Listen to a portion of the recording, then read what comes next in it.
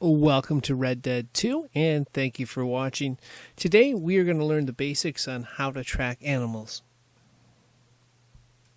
Now in the guide of this game it says you can track nearby animals by selecting L3 and R3 to activate the eagle eye. You have to press both L3 and R3 in at the same time in order to activate the eagle eye.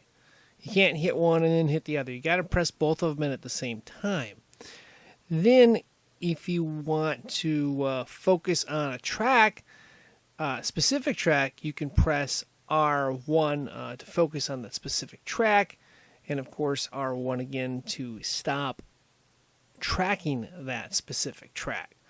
So that's the basics for how the controls work for activating the eagle eye here.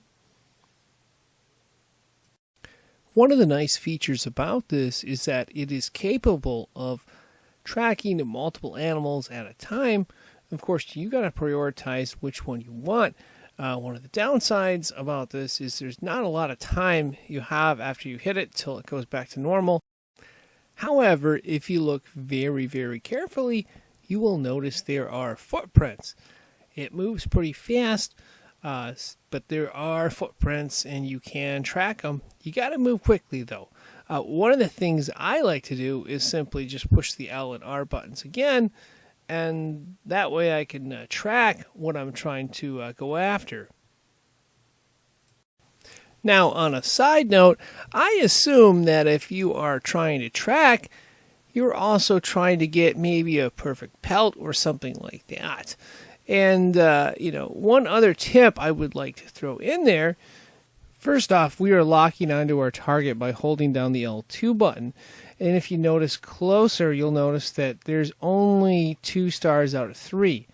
So the best we could get is a good pelt. We could never get a perfect pelt when it's 2 out of 3. We have to have something with 3 stars that we're tracking in order to get a perfect pelt. One other thing I'd like to add is that while it is not impossible to get the shot with a rifle, bow is the preferred method of hunting.